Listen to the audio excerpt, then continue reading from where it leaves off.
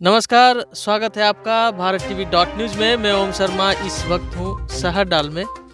मिहिजाम थाना अंतर्गत क्षेत्र के सहरडाल में एक मैदान में है हम लोग। और आज हम आपको मिलवाते हैं बॉलीवुड के एक अभिनेता जिनका नाम है सुब्रतो कमल मुखर्जी। खास बात यह है कि ये मिहिजाम हमारे क्षेत्र के रहने वाले हैं और ये मुंबई से अभी आए हैं यहाँ अपने घर सहरडाल में। इनका दादी का आवास है। फिलहाल दादी उनका देहांत हो चुका है और ये अपने दादी के यहाँ आए हुए हैं। यहाँ उनके चाचा रहते हैं और पुराने घर को ये देखने आए थे। मिहिजाम में पिछले 2-4 दिन से ठहरे हुए हैं और 1-2 दिन के अंदर ये मुंबई चले जाएंगे। इनके बारे में मैं बता दूं कि ये टीवी, हिंदी सिनेमा और विभिन्न टीवी चैनलों के लगभग जितने भी चैनल हैं हिंदी के, उनका 99% चैनलों में ये काम कर चुके हैं। CID की बात करें या सावधान इंडिया की बात करें, NTV की बात करें या और भी जो जाने माने सोनी चैनल है वो उनमें ये काम कर चुके हैं। हिंदी फिल्म में ये मेजर साहब, जिसमें अमिताभ बच्चन और अजय देवगन, सोनाली बिंद्रे जिन्होंने काम किया है, उसमें भी इन्होंने बहुत अच्छा अभिनय किया है। और अभी हम इनसे जानेंगे, सुब्रतो जी से, कि इन्होंने इस फिल्म जगत में इन्होंने कैसे प्रवेश किया और मिहिजाम से ये 11 साल की उम्र में ये किस तरह से ये मिहिजाम छोड़कर, अगर कहें कि ये भागकर ये मुंबई चले गए थे। इनकी बचपन से ही ये ख्वाहिश थी कुछ अलग करने की, तो उन्होंने वो सपना ये पूरा किया मुंबई जाकर। और एक बड़ी बात यह है कि ये ऑस्कर के लिए एक अपना स्क्रिप्ट तैयार कर रहे हैं कि ऑस्कर में इनका एक बहुत बड़ा ड्रीम है कि ऑस्कर में इनका फिल्म नॉमिनेट हो जाए और ये बहुत बड़ा फेम हासिल कर सके। इसके लिए वे अभी फ़िलहाल प्रयास कर रहे हैं। तो आइए जानते हैं, सुब्रतो मुखर्जी से बात करते हैं खास बातचीत में। आप बने रहिएगा हमारे साथ Bharat TV dot news. Subrato Kamal ji Mukherjee, आपका बहुत बहुत स्वागत है भारत टीवी डॉट न्यूज़ में। आप अपना संक्षिप्त परिचय दीजिए पहले।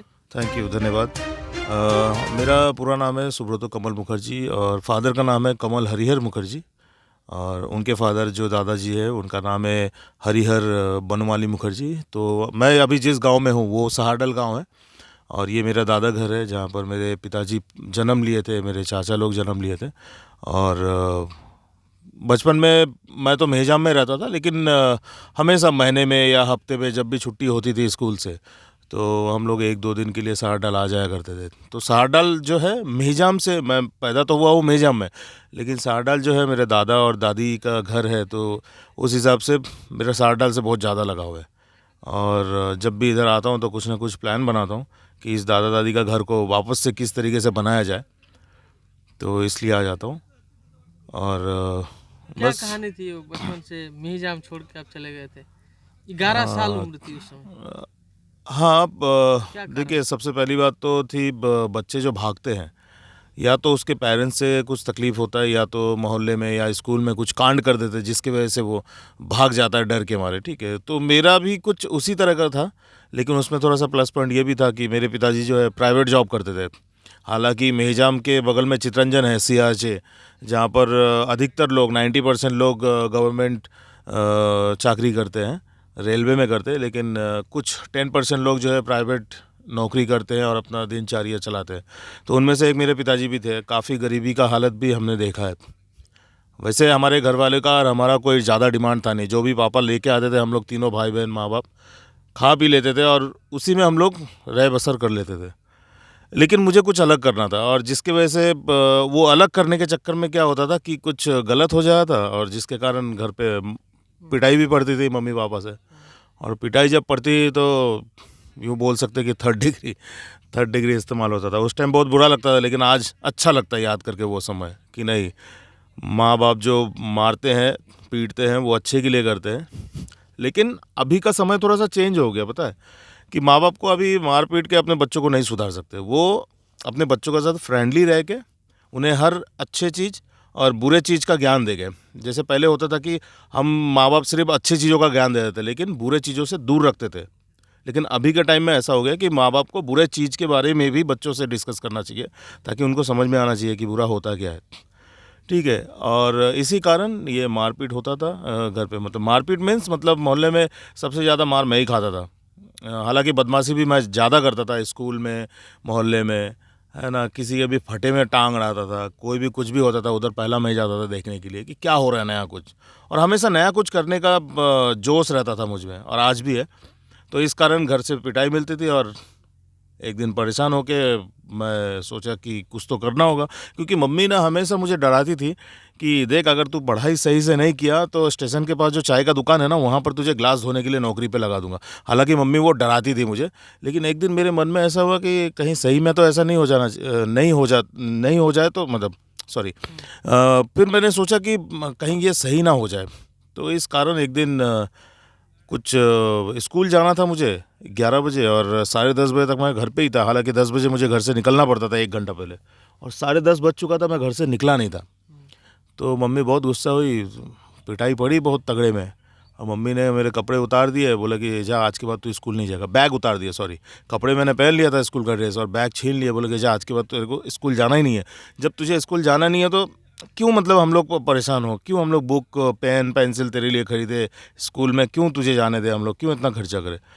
तो मुझे लगा कि ये बात बहुत सीरियस हो गया, मम्मी शायद आज सच में मुझे मतलब स्कूल से छुड़वा के रहेगा। तो मैंने सोचा कि क्या करना चाहिए। जब स्कूल नहीं है तो फिर मुझे याद आया कि अरे चाय का दुकान, फ्लैशबैक मुझे याद आया कि चाय का दुकान, मैं ग्लास धो रहा हूँ। बोला नहीं, ग्लास तो मैं नहीं धो सकता क्योंकि मैं मेहजाम का रहने वाला हूँ, और लोग देखेंगे तो क्या बोलेंगे मुझे। तो वो डर से मैंने देखा कि थोड़ा, हमारे 3 रूम था, तो वो 3 रूम के बाद सॉरी 2 रूम था, उसके बाद किचन था। तो मैंने झाँक के देखा, तीनों दरवाज़ा लाइन से है, तो मैंने झाँक के देखा कि मम्मी खाना बना रही है, और मेरे पीछे भी एक दरवाजे थे। तो मैं बोला कि ये भागने का मौका है, भाग जाओ चलो। तो मैंने कुछ सोचा नहीं, स्कूल का हाफ पैंट था और एक बनियान अंदर था, वाइट शर्ट पहना हुआ था जो प्राइमरी स्कूल का कॉस्ट्यूम होता है। मैं ऐसे ही भागा, चप्पल पहनने गया तो फिर मैंने सोचा नहीं, स्कूल की रेस में जब हम भागते थे तो जूते चप्पल खोल के भागते थे ताकि नंगे पैर ज़्यादा दौड़ सकते हम। तो मेरे माइंड में वो भी आया कि नहीं, नंगे पैर भागूंगा तो शायद कोई मुझे पकड़ना भी चाहे तो नहीं पकड़ पाएगा, मैं भागूंगा, रन करूंगा मैं। जो मैंने वहाँ से भागा, कुछ 400-500 मीटर में स्टेशन है हमारा, चितरंजन स्टेशन। मैं सीधा भागा, स्टेशन में जाके थोड़ा सा सांस लिया, मैंने चेयर पे बैठा, मैंने आसपास में देख रहा हूँ कि कोई पहचान वाला तो नहीं है, क्योंकि मैं इस हालत में घर के बाहर, और ऐसे टाइम पे स्कूल के टाइम में एक चौंकाने वाली बात है, क्योंकि मोहल्ले वाले सबको पता था कि हमारे इधर क्या है ना, बिहारी बंगाली सब रहते थे। तो हमारे मोहल्ले में सबको पता था कि ये जो बंगाली का घर है, इन लोग बहुत स्ट्रिक्ट है अपने बच्चों के प्रति, ठीक है।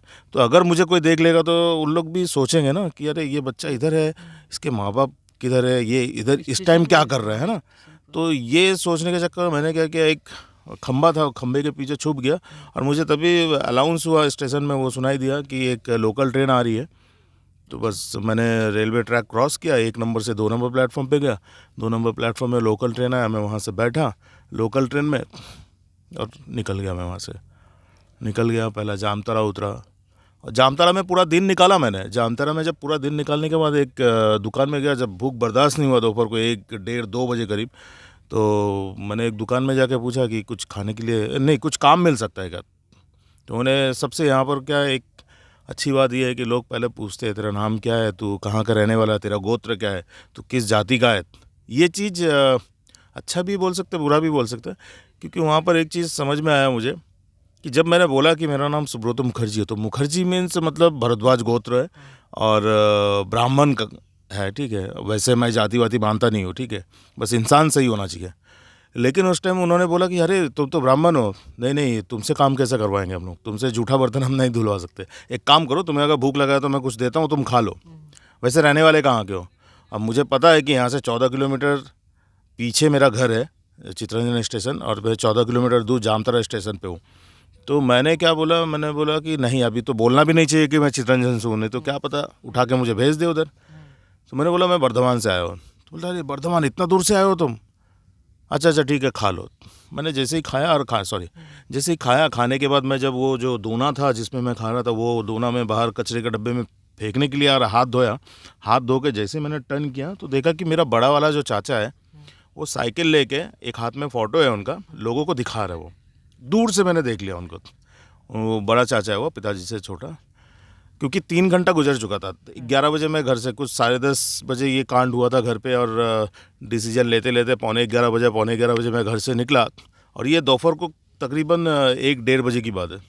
तो ये 2-3 घंटा काफ़ी है पूरा मोहल्ले में मेरा मिसिंग मैं जो मिसिंग हो गया हूँ ये सबको पता है। हाँ, मच गया था। तो साहरडाल 7 किलोमीटर है, तो चाचा को भी पता चल गया कि मैं घर से गायब हूँ पिछले 2-2.5 घंटे से। चाचा ने साइकिल लिया, जामताड़ा गया, जामताड़ा में जाके सबसे पूछताछ किया। वो फ़ोटो दिखा रहे थे कि ये लड़के को कहीं देखा हो कि, और मैंने वो देख लिया। मैंने चाचा को देख के तो पहचान लिया, उनके हाथ में फ़ोटो भी थे, साइकिल में घूम रहे थे, लोगों से पूछ रहे। और मैंने जो वहाँ से रन किया, वो डब्बा फेंका, हाथ धोने वाला डब्बा फेंका मैंने, और वहाँ से रन किया। खेतों के पगडंडी के बीच में से मैं भागना चालू किया, और कुछ दूरी जाने के बाद कुछ हल्ला सुनाई दिया मुझे।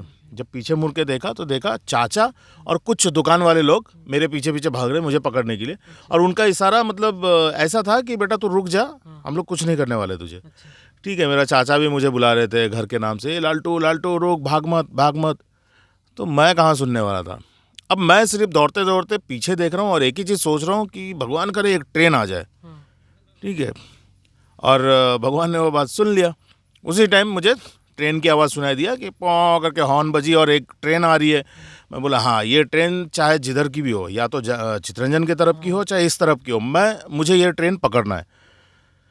स्टेशन पे पहुंचा भागते भागते, और ट्रेन रुक गई थी उससे पहले। वो हॉर्न जो था वो हॉर्न बजी, निकलने जैसे गई, चलती गाड़ी मैंने पकड़ लिया। चलती गाड़ी मैंने जब पकड़ लिया और मैं निकल गया।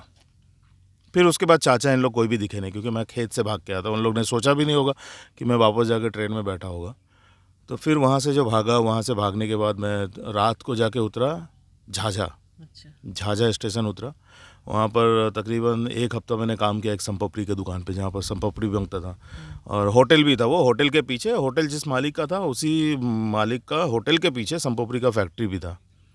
कुछ दिन काम किया वहाँ पर, और वहाँ से मेरी बुराई शुरू हो गया था कि आप लोग ने तो सुना ही होगा, बाल शोषण जो होता है ना, सेक्सुअल अब्यूज़ जो होता है। तो वो चीज़ वहाँ से मैंने देखना शुरू किया। तो वहाँ पर एक था बंदा जो खाना बनाता था, उससे मेरा टकराव हुआ, और काफ़ी बदतमीजी भी किया था उसने। तो उससे बचने के लिए फिर वहाँ से 3-4 दिन के बाद रात को मैं भागा वहाँ से अपना जान बचा के, और बस झाझा से मेरी सब कुछ देखना चालू कर लिया मैंने कि क्या है देश दुनिया, क्या क्या हो रहा है बच्चों के साथ में। और फिर झाझा से मैं पटना गया। पटना जाने के बाद कुल्हड़िया गया, आरा स्टेशन गया। तो सब जगह पे ऐसा कुछ ना कुछ कांड हो रहा था। कहीं पर 2 दिन काम कर रहा हूँ किसी दुकान पे, पैसे नहीं देते, गाली देते, मारते पीटते, जा पैसा नहीं दूंगा, क्या करना है कर, निकल। 11 साल के ही थे। तो 11 साल का ही था। तो 91 की बात है ये, और नहीं सॉरी 92 की बात है ये। और 92 पूरा बोल सकते कि ये साल मैंने पूरा सिर्फ हिंदुस्तान घूमा हूँ मैं। स्टेशन में रहा हूँ मैं। आज 2 दिन इधर, 2 दिन उधर, 2 दिन पटना, 2 दिन पंजाब, 2 दिन दिल्ली, 2 दिन शिलोंग। जहाँ की मुझे ट्रेन दिखती थी वहाँ पर चल जाता था। ना टिकट निकालना है, ना बैग है, ना लगेज है। वही एक स्कूल का शर्ट पैंट था जो नंगे पैर, और निकल चुका था मैं। कई महीनों तक तो नहाया नहीं था मैंने, कम से कम 6 से 8 महीने तक मैंने नहाया नहीं था। और ये आवाज़ आएगा उसमें। एयर इंडिया पहले तो सरकारी परमानेंट है। हाँ परमानेंट। आप तो टाटा हाँ, आप तो टाटा ले लिया। तो टाटा ने ले लिया अभी। ओके, एयर इंडिया को तो लगभग 1 साल तक विभिन्न स्टेशनों पर आपने रहा। हाँ। तो उस दौरान बच्चों के साथ क्या देखा आपने, किस तरह का शोषण होता था? बच्चों के साथ देखिए, सबसे पहला मैं खुले शब्दों से कह देना चाहता हूँ कि इनके साथ ना सेक्सुअल अब्यूज़ होता है। अच्छा। होमोसेक्स के बारे में आपने सुना है, तो वो होता है बच्चों के साथ में। जैसे लोग वेश्याखाना में जाते हैं, लड़कियां चाहिए उन्हें, तो वैसे कुछ लोग मौजूद है जिसको हम लोग इंग्लिश में पीडोफाइल कहते हैं। ठीक है, पीडोफाइल केस जो है बहुत फॉरेन कंट्री में बहुत ज़्यादा इसका चर्चा है। इंडिया में भी पीडोफाइल बहुत है, लेकिन इसका चर्चा ज़्यादा नहीं है, लोग अनदेखा कर देते हैं। जो रास्ते के बच्चे होते हैं उनके साथ में सेक्सुअल अब्यूज़ करते हैं उनको। ठीक है, होमोसेक्स में उनको लेके आते हैं। और कुछ लोग तो ऐसे हैं कि उनके सामने अगर आप लड़कियां रख दो तो उनको लड़की नहीं पसंद होगा, उनको बच्चे पसंद है, छोटे लड़के, तो उनके साथ सेक्सुअल अब्यूज़ करते हैं उन लोग। तो ये है, ये तो बहुत बड़ा कांड है। और इसके अलावा बच्चों से काम करवाया जाता है। मैंने देखा है जब 11-12 साल की उम्र में जब घर से निकला हूँ मैं, तो मोस्टली सभी दुकानों में देखा हूँ मैं कि 12 साल, 13 साल, 14 साल के बच्चे ही काम करते, प्लेट धोते। आज भी आप स्टेशन में देख सकते हो, स्टेशन में गुटखा, पान, सिगरेट, पानी का बोतल बेचना। उसके बाद ट्रेन आके स्टेशन पे रुकने के बाद ट्रेन के अंदर की सफाई जो होता है वही बच्चे करते हैं, है ना, बॉटल चुनना, पेपर चुनना, तो ये बच्चों से ही किया जाता है। तो 80% ये बच्चों से ही करवाया जाता है इधर। तो फिर इसके बाद आप कहाँ, फिर क्या इसके बाद देखिए क्या है कि अगर मैं थोड़ा शॉर्टकट में बताऊंगा, क्योंकि ये जो कहानी है ना, मैं एक कहानी लिख रहा हूँ, जो आप बाद में पूछने वाला था मैं अभी बता देता हूँ। मैं एक कहानी लिख रहा हूँ रियल लाइफ के ऊपर, जो मेरे पॉइंट ऑफ व्यू से मैंने देखा अपनी जीवन कहानी। तो उसमें बहुत सारे ऐसी चीज़ें जो मुझे बताना होगा, और वो सब चीज़ें मैं डिक्लेयर नहीं करना चाहता हूँ अभी फ़िलहाल, ठीक है। तो बस वहाँ से बॉम्बे गया, 1 साल मैंने बाहर अपनी लाइफ को निकाला। 1 साल के बाद फिर एक दिन पटना स्टेशन पे मुझे एक ट्रेन मिला, जो ट्रेन में बैठा मैं, और बैठने के बाद मुझे निकल जाना था कहीं दूर, और मुझे बाद में पता चला कि वो ट्रेन जो है मुंबई की तरफ जा रही है। मुंबई उसकी आखिरी स्टेशन है, और मुंबई पहुंचा मैं कुछ 1.5 दिन के बाद, मैं 36 घंटे के बाद मुंबई पहुंचा। और मुंबई पहुंचने के साथ मैंने काम खोजा, तो काम तो काफ़ी दिन तक मिला नहीं। एक कासम भाई बोल के एक थे, जो वीटी स्टेशन के वहाँ के करता धरता थे, जो ये सब बच्चे जो है, ये जो स्टेशन के जो बच्चे हैं, लावारिस बच्चे, वो उनके अंडर में काम करते थे। उनके काफ़ी सारे लीगल इनलीगल धंधा था। लीगल बोले तो जैसे चाय बेचना, गुटखा बेचना, सिगरेट, तो ये सब लीगल ही होता है, ठीक है ना। चाय बेचना कोई गलत काम नहीं है, लेकिन इनलीगल भी बहुत सारे धंधे थे इनके। तो ड्रग्स माफिया से जुड़ा हुआ था वो, और सभी बच्चे उसके साथ काम करते थे। और सभी बच्चे, ज़्यादातर बच्चे, 99% बच्चे सब नशे में रहते थे। चरस, गांजा, और ख़ास करके वाइटनर जो होता है, जो हम लोग मिटाने के काम में करते हैं ना, कुछ गलत लिख दिए तो मिटाने के लिए जो वाइटनर हम लोग यूज़ करते हैं, वो वाइटनर का नशा करते बच्चे लोग। अच्छा। ठीक है। आयोडेक्स जो होता है वो ब्रेड में लगा के, 2 ब्रेड के साथ आयोडेक्स को खाते। और एक वो क्या डेंड्राइट भी होता है सब। हाँ, वो सब सेम है, जो सोल्यूशन वगैरह होता है ना, सोल्यूशन, डेंड्राइट और वाइटनर, इसके अंदर मेरे ख्याल से वो थीनर टाइप का जो एक केमिकल होता है वो रहता है। तो वही है जो बच्चों को बहुत तकलीफ देता है। वो सब वही नशा करते बच्चे ज़्यादातर। तो आप भी उसके आदी हो गए थे? नहीं, मैंने अपने लाइफ में 2 बार किया था। मुझे आज भी याद है, 2 दिन किया था मैंने। 2 बार मीन्स 2 दिन किया था मैंने, और 2 दिन करने के बाद फिर मेरी लाइफ में थोड़ा सा बदलाव आया। मैं फिर थोड़ा और आगे गया, और नशा तो काफ़ी सारे कुछ किया था, ठीक है। मतलब मुंबई जब आप गए थे वो कौन सा साल था? ये 92 देखिए, 91 में मैं घर से निकला था। 92 के एंड ऑफ द ईयर में पहुंच गया था उधर बॉम्बे। और कुछ मुझे आज भी याद है, मैं इसलिए आपको बता पा रहा हूँ क्योंकि 93 में जो बॉम्ब ब्लास्ट का जो लड़ाई हुआ था हिंदू मुस्लिम बॉम्बे में, उस टाइम मेरा कुछ 6 या 8 महीना हो गया था मुंबई में। और वो लड़ाई मैंने देखा था, वो जो राइट्स जो था हिंदू मुस्लिम का, वो मेरे सामने की बात है। हाँ, तो उस वक्त आप मुंबई में थे? हाँ, उस वक्त मैं मुंबई में था। मुंबई दादर शिवाजी पार्क में था मैं। कैसे अपने आप को सेफ सुरक्षित रखे उस सुरक्षित मीन्स क्या बोलूँ मैं, वहाँ पर उस टाइम का हालत ऐसा था कि लोग एक दूसरे के दुकानों के अंदर घुस के लूट रहे, पैसे लूट रहे, खाना लूट रहे। कुछ लोग जो थे दादर शिवाजी पार्क के, कुछ टपोरी लोग थे, उन लोग, टपोरी मीन्स मतलब हम भी उसी गैंग के ही थे। उन लोग जाके एक पेट्रोल पंप से बैटरी उठा रहे हैं, है ना, पेट्रोल चोरी कर रहे। पेट्रोल का मशीन तो बंद हो गया, तो पाइप डाल रहे टंकी के अंदर, ताला तोड़ दिए। पेट्रोल पंप के अंदर जो भी कैश थे वो सब लेके भाग रहे वो लोग। तो मैं भी उनके साथ में था कि चलो मुझे भी कुछ मिल जाएगा इनके साथ में। और कुछ चिल्लर पैसे हमें मिले थे उसमें, है ना, जो पेट्रोल पंप वाले चिल्लर रखते थे बॉक्स के अंदर, वो चिल्लर उठा उठा के हम लोग फेंक रहे थे रोड पे।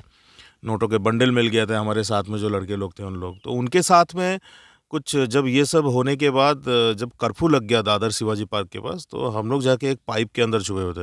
एक बड़ा सा गटर का पाइप है जो शिवाजी पार्क बीच पे ही, जो समुद्र के किनारे बीच पे ही वो पाइप आके अटैच्ड होता है, जो शहर का गंदगी जो है उस पाइप से निकल के समुद्र में आके मिलता है।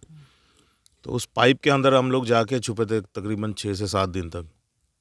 पार्ले जी बिस्किट खा रहे थे हम लोग, और बिस्लेरी का पानी, बिस्लेरी भी पहली बार पिया था उस टाइम मैंने, कि हम लोग पूरा बंदोबस्त से गए थे कि भैया पानी का बॉक्स उठा लो और कुछ बिस्किट उठा लो, क्या पता कितना दिन अंदर छुप के रहना होगा, कर्फ्यू आप लग तो गया। उसमें किशोर थे, 12 वर्ष की आयु हाँ, होगी, 12 साल का, 12 साल 12 93 की काम है। हाँ, 13 तो साल। फिर आप किसके अंडर में काम कर रहे थे? नहीं, अंडर में देखिए या क्या होता है ना, यहाँ पर आपको पता चलता है कि आप अगर किधर नौकरी करते हो तो आपको अपॉइंटमेंट लेटर आता है, बाकायदा मेल आता है ना, किसी के अंडर में किसी को बॉस बोलना पड़ता है। यहाँ पर ये सब कुछ नहीं है, सब हाइड है।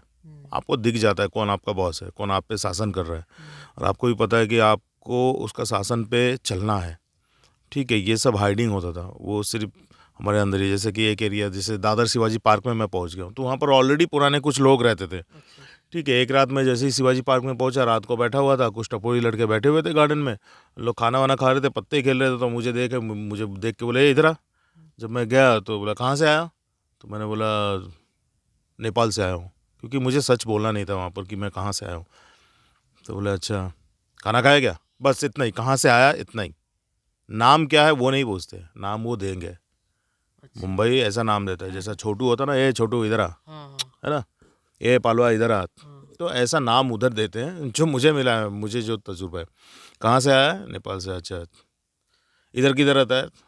"नहीं, कुछ रहने के लिए जगह नहीं है", यही तो बोलना है। हाँ, आपका नामकरण थापा वहाँ पड़ा फिर, हाँ, वो नाम थापा कैसे? उस पे भी था। मैं वही बता रहा हूँ हम्म, कि जैसे कि मैं वहाँ पर पहुँचा, मुझे वो लड़के लोग ने बुलाया, बोला कि "ए इधर आ", मैंने बोला, "हाँ बोलो", तो बोलता है, "कहाँ से आया तू?" तो कुछ 10 सेकंड मैंने सोचा, मैंने बोला कि अगर मैं सच बताया, क्या पता इन लोग मुझे अपने घर वापस भेज दें। हम्म, उस डर से मैंने उनको बोला कि मैं नेपाल से भाग के आया हूँ। तो उसी में से एक ने बोला, "अच्छा, नेपाल से भाग के आया? थापा है तू?" तो मैं हकचका गया, मैं बोला, "थापा?" तो जब सोचा मैंने, मुझे कुछ समझ नहीं आया, तो मैंने बोला, "हाँ हाँ, मैं थापा हूँ।" तो बाद में मुझे पता चला कि कोलकाता में जैसे बंगाली लोगों को कोलकाता के लोगों को बंगाली बोला जाता है, तो ऐसे नेपाल के लोगों को थापा बोला जाता है। तो मैंने बोला, "हाँ, थापा हूँ मैं।" तो तब से उन लोग ने बोल दिया, "अच्छा थापा है, ठीक है, खाना खाया क्या?" बोला, "नहीं भाई, चल खा ले।" तो उन लोग भी खा रहे थे, मुझे भी साथ में बिठा दिया, मैंने भी खा लिया। बस खाना आप अगर किसी के थाली में खा लो तो फिर दोस्त हो जाते हो आप फिर। बस वहाँ पर रह गया। अब आपको जो पहला खाना ऑफ़र किया है वो आपके लिए महान हो जाता है। अब वो उस गैंग में अगर 6 लोग हैं, 6 लोग में से 5 लोग अगर एक को बॉस मानता तो मुझे भी मानना होगा। तो इनडायरेक्टली वो सब होता है, वहाँ पर कोई पेपर वर्क होता नहीं है कि कौन है क्या है। तो संभाल लिया उन लोगों ने, कुछ दिन रहा, और कुछ दिन रहने के बाद 93 का बॉम्ब ब्लास्ट में जो भागम भाग हुआ, जब दादर शिवाजी पार्क में ये सब हुआ, तब उन लोग भी गए कि चलो आज लूटेंगे, कुछ माल मिलेगा, तो हम भी चले गए उसमें। मैं तो देखता था, मुझे उतना हिम्मत नहीं होता था क्या हो रहा है, ठीक है। उन लोग तोड़ फोड़ कर रहे हैं, शीशे तोड़ रहे हैं, और मैं बाहर खड़े होकर देखता था उनको कि क्या हो रहा है ये सब। और फिर पुलिस वाले ने पकड़ा हमें, जब पाइप के अंदर, जो मैंने बताया आपको कि पाइप के अंदर हम लोग 6 दिन छुपे हुए थे, और जब पाइप के अंदर से हम लोग जब 6 दिन के बाद निकले, तो मिलिट्री वाले ने हम लोग को घेर लिया। घेर लिया मीन्स पकड़ लिया, और भी बहुत सारे लोगों को पकड़ रहे हैं, पूछताछ कर रहे हैं, क्या रे, कहाँ से आया, क्या कर रहा है, तुम लोग पाइप के अंदर से क्यों निकला अभी। तो हम लोग के पास कुछ था नहीं बोलने के लिए, तो हम लोग को पुलिस के हवाले कर दिया। पुलिस के हवाले कर दिया तो वहाँ पर उस टाइम मोस्टली ना सभी को पुलिस पकड़ पकड़ के जेल में डालते थे। अगर 18 ईयर्स के नीचे होता है तो उन्हें बाल सुधारक गृह में डालते थे, जिसको चिल्लर रूम बोलते हैं मुंबई में। और जो 18 साल से ऊपर होते हैं उसको अत्तर रोड डालते थे। अत्तर रोड मतलब बड़ा जेल है वो। तो उस टाइम तो मैं 12-13 साल का था, तो मुझे चिल्लर रूम भेज दिया। चिल्लर रूम भेजे, चिल्लर रूम में 1 हफ्ता था। चिल्लर रूम पूरा खचाखच भर गया था। मुंबई में बच्चे इतने, और सभी बच्चे सब भागे हुए बच्चे, पूरे हिंदुस्तान के बच्चे से भर गए वो जेल। जब बच्चे से भर गए तो अभी कुछ बच्चों को वहाँ से ट्रांसफ़र करना था, पूना या नासिक साइड कहीं तो ट्रांसफ़र कर रहे थे उन लोग। और मुझे आज भी याद है कि हमें कुछ 10 या 12 बच्चों को रस्सी से बांध के हम लोग को ट्रेन में बिठाया, और ट्रेन में बिठा के लेके जाते, महाराष्ट्र की कोई ट्रेन था, और रात को हम लोग ने रस्सी खोल के हम लोग भाग गए उधर से। कहाँ भागे फिर? फिर वापस स्टेशन से उतर गए हम लोग। स्टेशन में उतर के दूसरे पटरी में जो ट्रेन थी उस पर चढ़ गए हम लोग, तो वो ट्रेन वापस मुंबई लेके आ गया हमें। अच्छा। तो वापस मुंबई आ गया, और मुंबई आने के बाद फिर हमें स्टेशन में हमें मिला कुछ लड़के, और वो लड़कों के साथ रह के सेम वही चीज़ हुआ, क्या रे कहाँ से आया। तो मुझे तो एक नाम मिल गया था, नेपाल, थापा। तो मैं बोला, नेपाल से आऊँ, क्या नाम है तेरा? थापा। ओके। फिर उनके साथ में रह गया 10-15 दिन, उनके साथ में काम वाम देखा मैंने। सभी इलीगल काम था, कुछ लीगल था, जैसा चाय बेचना, पानी बेचना। पानी बेचना भी इलीगल था, क्योंकि डुप्लीकेट पानी का बॉटल और डुप्लीकेट ढक्कन में नल का किसी टूटे हुए नल का पानी भर के उसी को पैक करके वापस भेज दिया। ये सब 93 से ही चल रहा था। हाँ, ये सब तो 93 से चल रहा है। ये 93 से क्या उससे पहले से चल रहा है। हाँ, दिखा अभी हमें, हाँ, आज जो लोग जागरूक हो रहे हैं वो लोगों को धीरे धीरे दिख रहा है। शुरू तो उससे तो आप खुद ही देखिए ना, करप्शन कब से चल रहा है आप बता सकते हैं? नहीं, करप्शन बहुत सालों से चल रहा है, बरसों से चल रहा है। राजा महाराजों के टाइम से करप्शन चलता हाँ, है ना। सिक्के दे दो तो आपको प्रोटेक्शन मिल जाएगा, सिक्के ना दो तो कुछ नहीं मिलेगा। तो वो करप्शन जैसा चल रहा है ना, तो ये सभी चीज़ शुरू से ही चल रहा है। बस लोगों के सामने, हम आपके सामने आता है थोड़ा लेट। इस दौरान फिर घर से आपकी कोई छानबीन, नहीं, घर के लोग तलाश, कोई खबर उबर मिला घर से कि मिहिजाम से लोग मुझे तलाश रहे हैं, ऐसा फिर अनुभव हुआ कि घर जाना चाहिए, यहाँ तो बहुत तकलीफ है, घर में ही ठीक था मैं? नहीं, ये ऐसे रियलाइज हुआ था ऐसा क्या? ऐसा हुआ था, लेकिन बहुत समय के बाद, और वो समय निकल चुका था। उस टाइम काफ़ी दलदल में मैं चला गया था, मतलब इन गिरोह के बीच में चला गया था। गिरोह मतलब कुछ ऐसा ज़्यादा क्रिमिनल नहीं बना था, लेकिन इन क्रिमिनल के बीच में था। और गलत काम करना है, मतलब इजी पैसा आना चाहिए, इजी पैसे भी नहीं, दिन निकल जाना चाहिए, आज का जो खर्चा है वो निकल जाना चाहिए, है ना। किसी का सुनना है नहीं, बिंदास रहना है। तो वहाँ वहाँ का लाइफ स्टाइल बहुत कॉस्टली होता है, कैसा होता है मुंबई का? नहीं, ऐसा कुछ नहीं है। 50 रुपये में भी लोग जी जाते हैं आज भी। 2020 में भी लोग 100 रुपये में जी जाएंगे। 2 टाइम का खाना 35 रुपये, दाल राइस अभी भी मिलता है। ठीक है, मुंबई एक ऐसा जगह है, हर चीज़ मिल जाता है। आपके पास पैसे भी नहीं रहेगा, आपको खाना मिल जाएगा मुंबई में। मुंबई में खाना फ्री मिल जाएगा, रहने के लिए बड़ा तकलीफ है। लोग भरोसा जल्दी नहीं कर पाते हैं, क्योंकि वहाँ पर कांड ऐसे होते हैं कि भरोसा करके आपको रख लेंगे, क्या पता आप क्या करके जाओगे। तो इसलिए रहना थोड़ा सा डिफ़िकल्ट हो जाता है। तो वो कहानी बताइए, जैसे आपको ब्रेकअप मिला, इस टीवी सीरियल में कहानी, आपका फिल्म में वो शुरुआत हुई थी कहाँ? वो फुटबॉल लोग खेलने आते थे, एक्टर लोग, उनके बच्चे, थोड़ा बताइए। देखिए, जैसे सबसे पहले तो आपने पूछा कि घर की याद आ रही थी कि नहीं, वो मैंने मिस कर दिया है।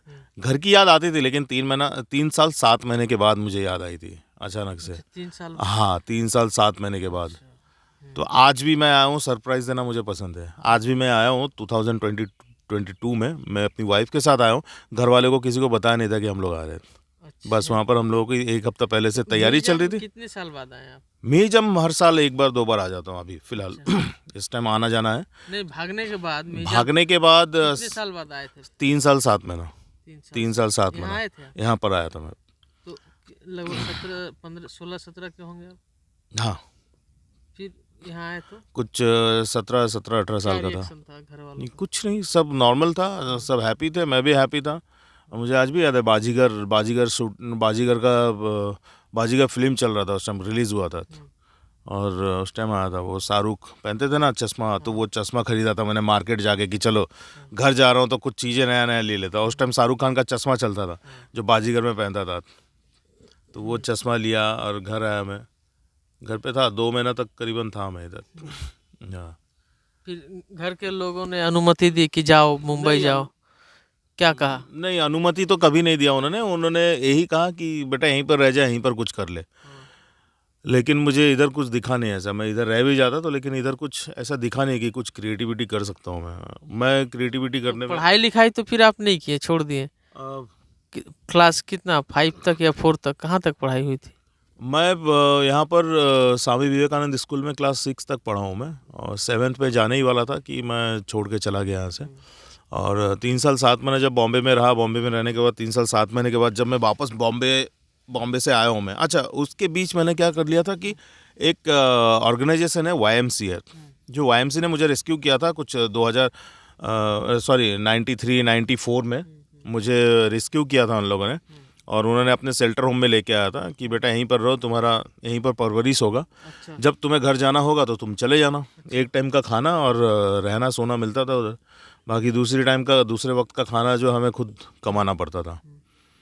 तो वो ये था जुहू बीच चौपाटी। क्योंकि दादर में जब मेरे साथ कांड हुआ, जैसे मैंने बताया दादर में कांड हुआ था, पुलिस ने पकड़ा, फिर पुलिस से छुड़ा के मैं भागा हूँ, फिर मुंबई आया हूँ। मुंबई आके कासम के साथ में लगा हूँ, कासम गैंग के साथ में मैंने कुछ महीने तक काम किया हूँ।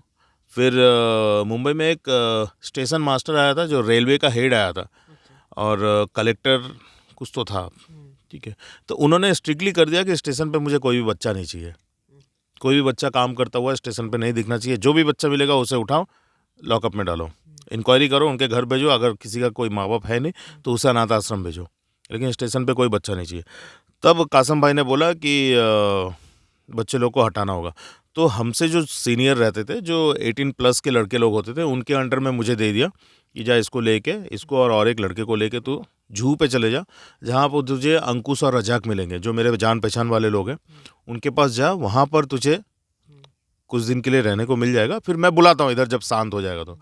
तब उसने मुझे लेके आया जूहू बीच चौपाटी, और ये जो लेके आया था इसका नाम था, हम लोग उसको काटिया काटिया बोलते थे, लेकिन उसका रियल नाम था राहुल सिंधी।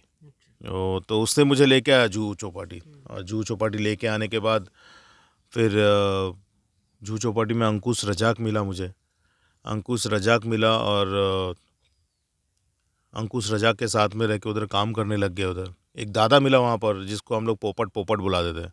पोपट इसलिए, मैं बोला ना मुंबई में सबको नाम मिल जाता है, वो पोपट इसलिए नाम था उसका क्योंकि वो बहुत ज़्यादा बोलता था, अब बोलता भी था तो लॉजिक की बात किया करता था, तो उसको लोगों ने बोल दिया तेरा नाम पोपट है। और आज 32 साल हो गया मैं उनको पोपट दादा बोल के ही बुलाता हूँ। हालांकि वो मुंबई में नहीं है अभी, वो कोलकाता शिफ्ट हो गया, अपनी फैमिली के साथ रहता है। लेकिन उसी बंदे ने मुझे सबसे पहला जूहू चौपाटी में खाना खिलाया, और उसने मेरा टोन सुन के उसने पकड़ लिया कि मैं बंगाली हूँ। वो भी पोपट दादा भी बंगाली था। बोला क्या रे तू बंगाली है ना, थापा क्यों बोल रहा हूँ? मैं बोला भाई मुझे घर वापस जाना नहीं है। अच्छा अच्छा ठीक है।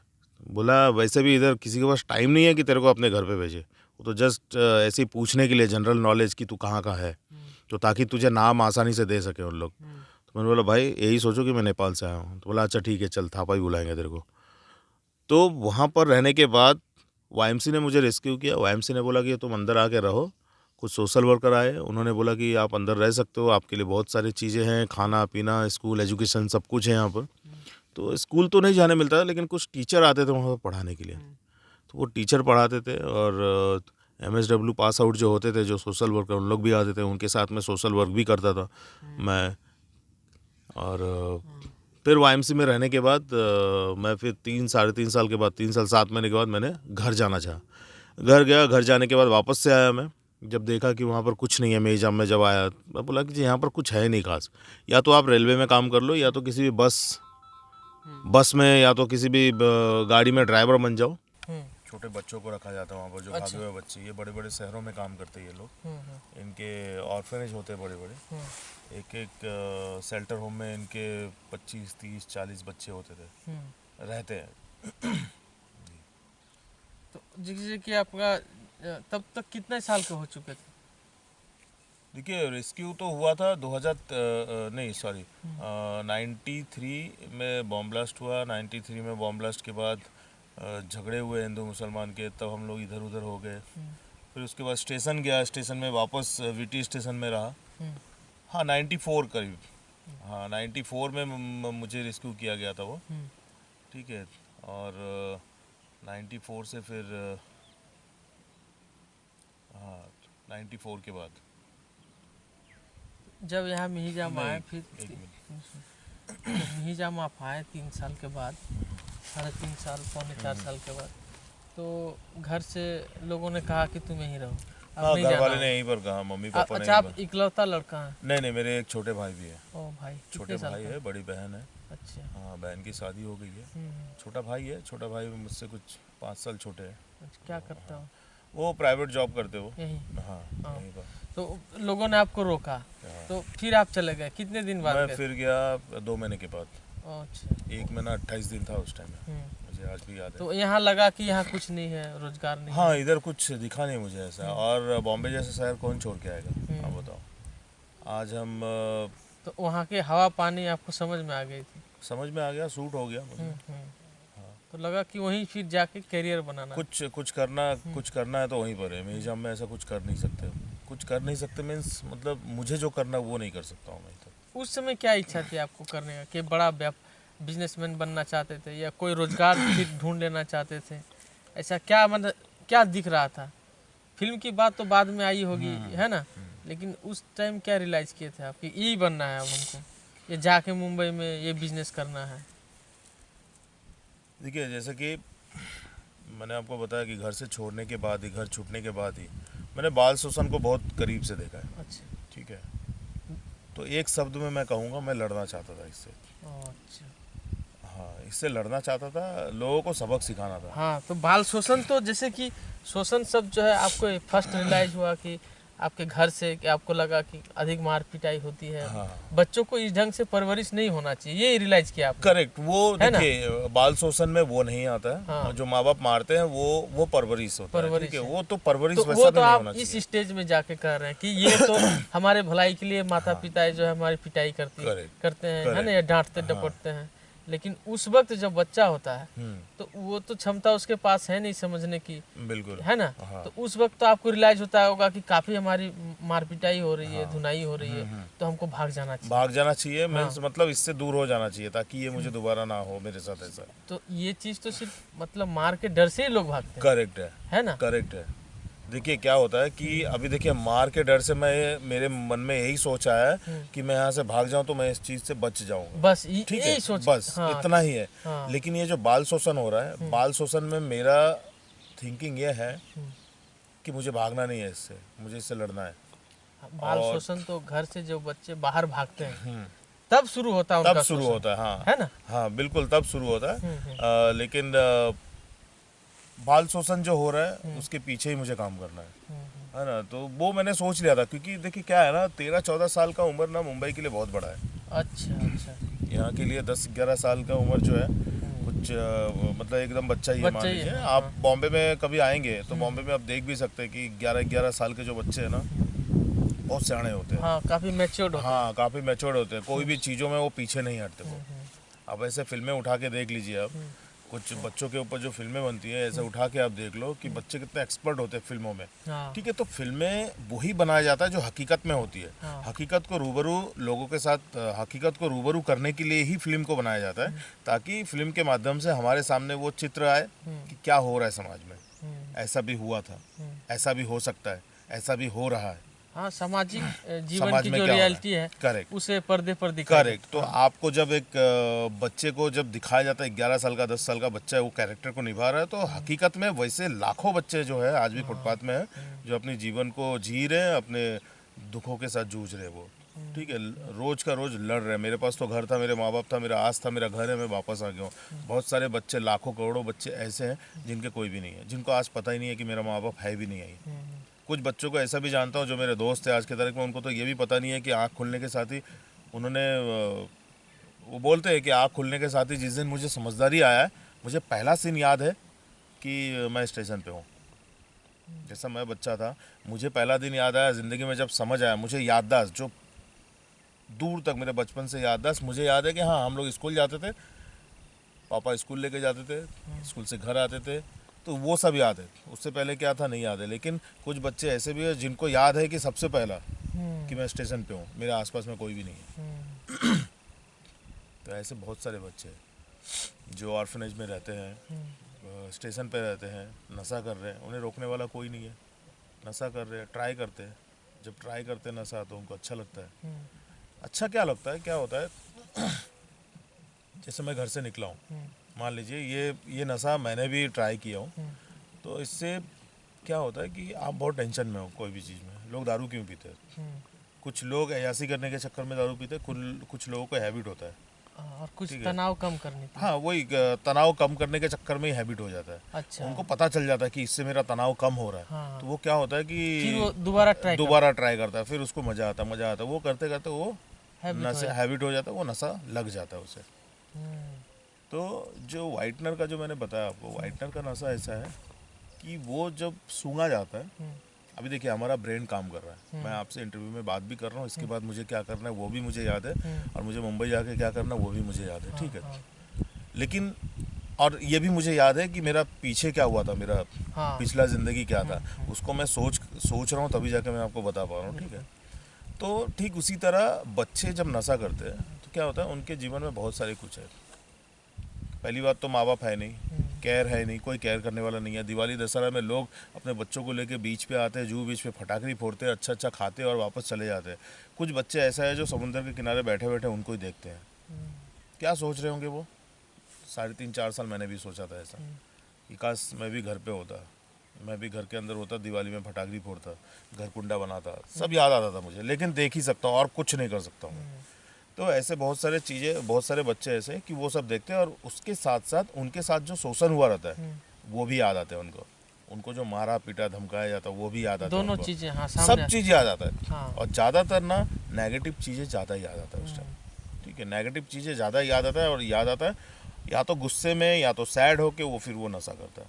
सोचते हम अपने दिमाग से, करेक्ट, सोचते हम अपने दिमाग से। और जब वो बच्चे नशा करते हैं, सॉल्यूशन का नशा एक ऐसा नशा है कि मैं आपके साथ झगड़ लिया हूँ, मैं बहुत गुस्से में हूँ, बहुत गुस्से में हूँ, बहुत गुस्से में हूँ, और मुझे किसी ने सॉल्यूशन पकड़ा दिया और मैंने पी लिया। वो जैसे ही पीता हूँ ना तो मेरा माइंड जो है ना काम करना बंद कर देता है। वो नशा जो है नस के अंदर जाती है, नस के अंदर दिमाग के अंदर जाने के बाद सब चीज़ों को सुन्न कर देता है। अच्छा जैसा बेहोशी की गोली होता है, बेहोशी की इंजेक्शन होता है, कैसा सुन्न कर देता जाएगा। तो ये सॉल्यूशन जो होता है वो अपना इफेक्ट करता है, वो अपना इफेक्ट ज़्यादा देता है और बाकी जो आपके दिमाग का इफेक्ट है उसको ख़त्म कर देता है। जब ख़त्म हो जाता है तो आप रिलैक्स हो जाते हो, आपको पिछला कुछ याद नहीं है। पिछला जब याद नहीं है, आप उसी से तो परेशान हो रहे थे ना, सारा मेरे को ऐसा किया, मेरे को ऐसा किया, मेरे माँ बाप ने मारा, मेरे दोस्तों लोग ने ऐसा किया, वो आदमी ने मेरे साथ ऐसा गंदा काम किया, वो सब आ रहा है, खुन्नस आ रहा है, गुस्सा आ रहा है, बदला ले रहा है, लेकिन ले नहीं पा रहा हूँ क्योंकि मैं कमज़ोर हूँ, अकेला हूँ। ठीक है, लेकिन जब वो नशा ले लिया मैंने, नशा लेने के बाद सब मैं पिछला भूल गया, तो फिर वो रिलैक्स हो जाता है। रिलैक्स हो गया, रिलैक्स हो गया। अब वो बच्चा आराम से सो रहा है। जब उसका नशा टूटा, उठा, जागा, अपने काम पे गया। अब काम पे जाने के बाद वापस से वो जब घर आता है, मतलब घर मतलब स्टेशन जब आता है या जहाँ भी वो लोग रहते, वहाँ पर आने के बाद उनको वापस से वही चीज़ याद आता है वही पुराना चीज़ है। तो उसे याद ये भी आ जाता है कि कल जो मैंने ये नशा किया था वो मैं फिर से करता हूँ। फिर से वो जाता मेडिकल में जाके वाइटनर लेता है या तो अपने दोस्त लोगों से लेता है, वापस से वो नशा करता है। और जब नशा करता है तो वो चीज़ वापस भूल जाता है। अब उसे लगता है कि यही एक मेरा दवाई है जो मुझे शांत रखता है या मुझे मज़ा आता है, इससे मुझे परेशानी नहीं होता, तो वो उसका हैबिट बन जाता है। और जब वो हैबिट बन जाता है तो फिर उससे उसके बॉडी में भी इफेक्ट होता है। तो ये सब जो नशा का जो लत है बच्चों में, तो ये उनके साथ ही होता है जो घर से पलायन कर जाते हैं बच्चे, या फिर बाहर जो अनाथ होते हैं, जो शोषित बच्चे हैं, अक्सर उन्हीं के साथ ही होता है। देखिए, सबसे पहला ना गलती वहाँ पर होता है, सबसे बड़ा गलत हो जाता है कि घर छोड़ने के बाद घर का चौखट पार कर दिया हमने। अच्छा, ठीक है, घर पे रहते हैं तो लोग मारते पीटते, माँ बाप मारते पीटते कि हम गलत ना करें, अच्छा करें। लेकिन बाहर जाने के बाद ना वो मार पीटाई भग जाता है, हट जाता है, डर हट जाता है।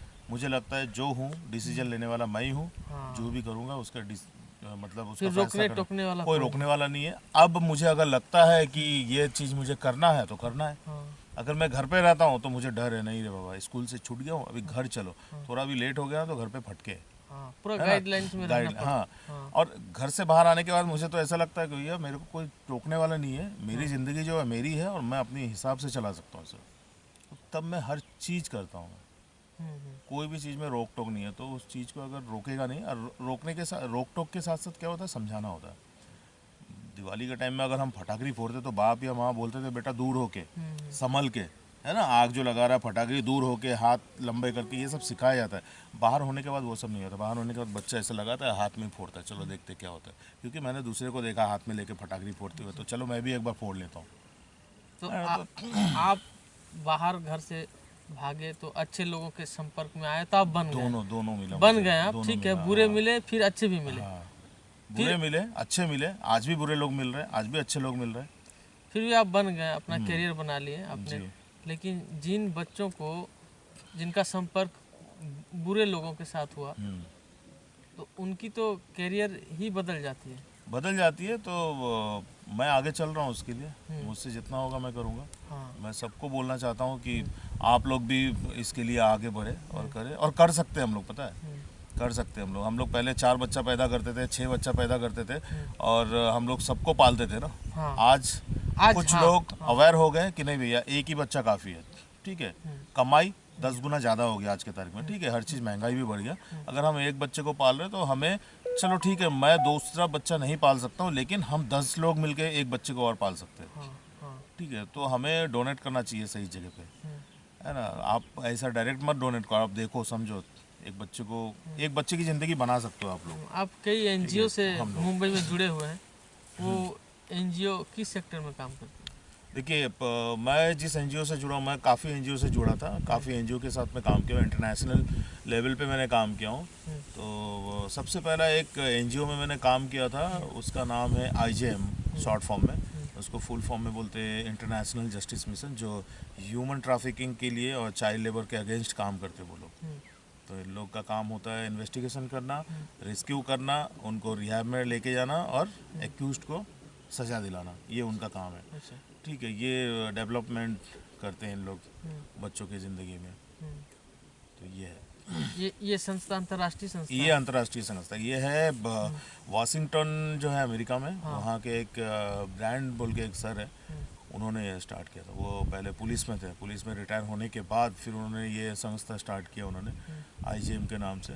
और ये आईजेएम तब उन्होंने एक ब्रांच इंडिया में भी खोला कि इंडिया में हम लोग करते हैं, क्योंकि इंडिया में देह व्यापार का धंधा बहुत ज़्यादा है। हाँ। ठीक है, सेकंड नंबर पे आता है। तो इंडिया में ये संस्था कब खुली? ये इंडिया में कब खुली ये मुझे याद नहीं है, लेकिन मैं इनके साथ जुड़ा था 2002 में। अच्छा। 2002 में मैं काफी जुड़ा हुआ पुराना था। हो गया। हाँ, 2002 में उस टाइम, आज 20 साल हो रहा है। तो वो मेरा पहला एंट्री था एनजीओ के साथ। मुझे पता भी नहीं था कि एनजीओ क्या होता है, और एनजीओ के साथ ये मतलब। उस संस्था में एंट्री आपका कोई इंटरेस्टिंग थी बहुत? क्या हाँ, मतलब पहली बात तो मुझे चुना। तो ठीक है। अब पूछते हैं ना एक्टिंग वाला। तो आप एक्टिंग के क्षेत्र में कैसे पहुंचे आप? देखिए, जब मैंने बताया कि वाईएमसी में जब रह रहा था, तो वहाँ पर क्या होता था कि जुहू बीच में कुछ एक्टरों के जो बच्चे होते थे वो आते थे जुहू बीच पे वॉलीबॉल खेलने के लिए, बीच में बोटिंग करने के लिए। तो वहाँ पर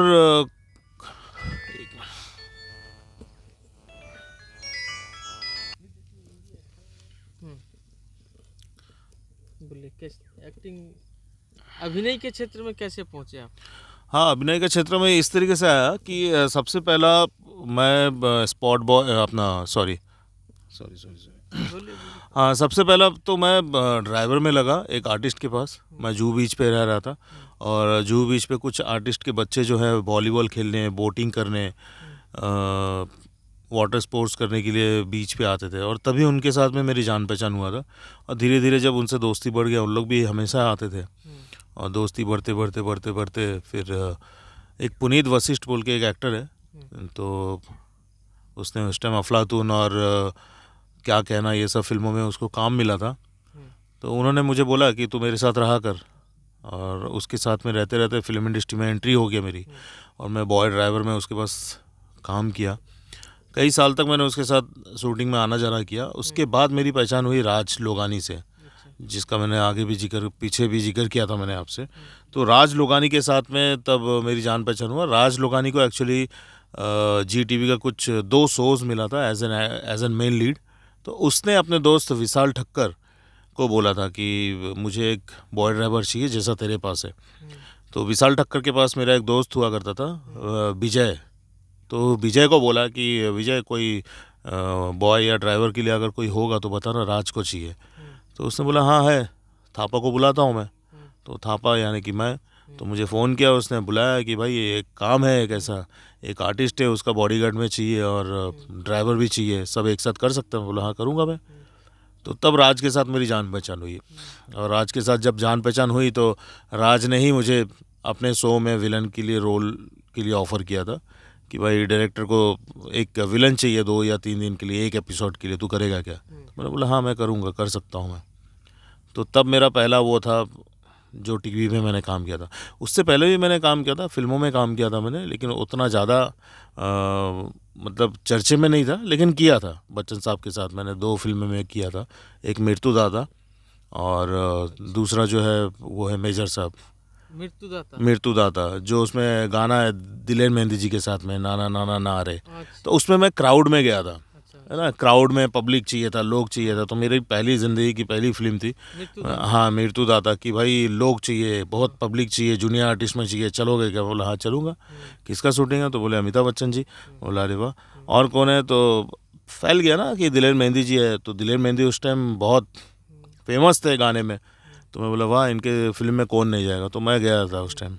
तो बच्चन साहब को मैंने पहली बार वहाँ पर देखा था रूबरू, सामने सामने, और दिलेर मेहंदी जी को। तो वो मेरा पहला एंट्री था फिल्मों में। तो पब्लिक में रह के सिर्फ वो गाना होगा और एक्शन में सिर्फ हाथ हिलाना है, नाचना है, बस वही था।